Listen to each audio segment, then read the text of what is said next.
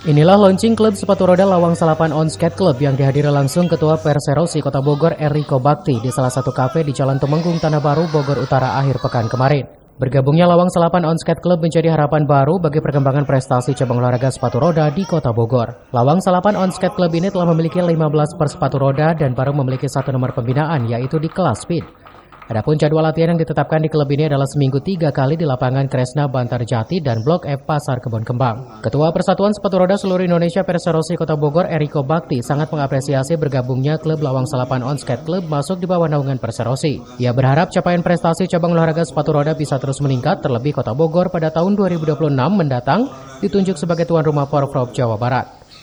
Lain itu belum ada yang menunjang sampai ke arah fisik anak-anak sampai prestasi. Makanya apa yang membedakan kami klub Lawang Salapan On Skate ini sudah memberikan, kita akan memberikan semua apa yang menunjang mereka dalam perlombaan, dalam kompetisi baik fisik maupun pendapatan. Kita juga berpartner dengan cabur lain di Kota Bogor yang memang menunjang untuk fisik anak-anak di sepatu roda. Kemudian kita juga dengan Atletik Kota Bogor sama Permainan Pilar.